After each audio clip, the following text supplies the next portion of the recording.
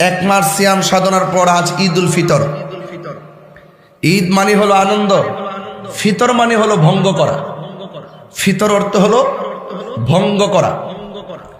দীর্ঘ এক মাস সিয়াম সাধনার পর আজকে ঈদ উল ফিতর। তো এই ঈদ উল ফিতর, ফেতর মানে হলো ভঙ্গ করা, যে আমরা আজকে কিছু না কিছু খাবারের মাধ্যমে আমরা এক মাস সিয়াম সাধনার যে পর্বটা ছিল এই পর্বটা শেষ করে আজ আমরা ভঙ্গ করে, সেই সিস্টেমটা ভঙ্গ করে আমরা আজ ঈদের আনন্দে মেতে উঠেছি।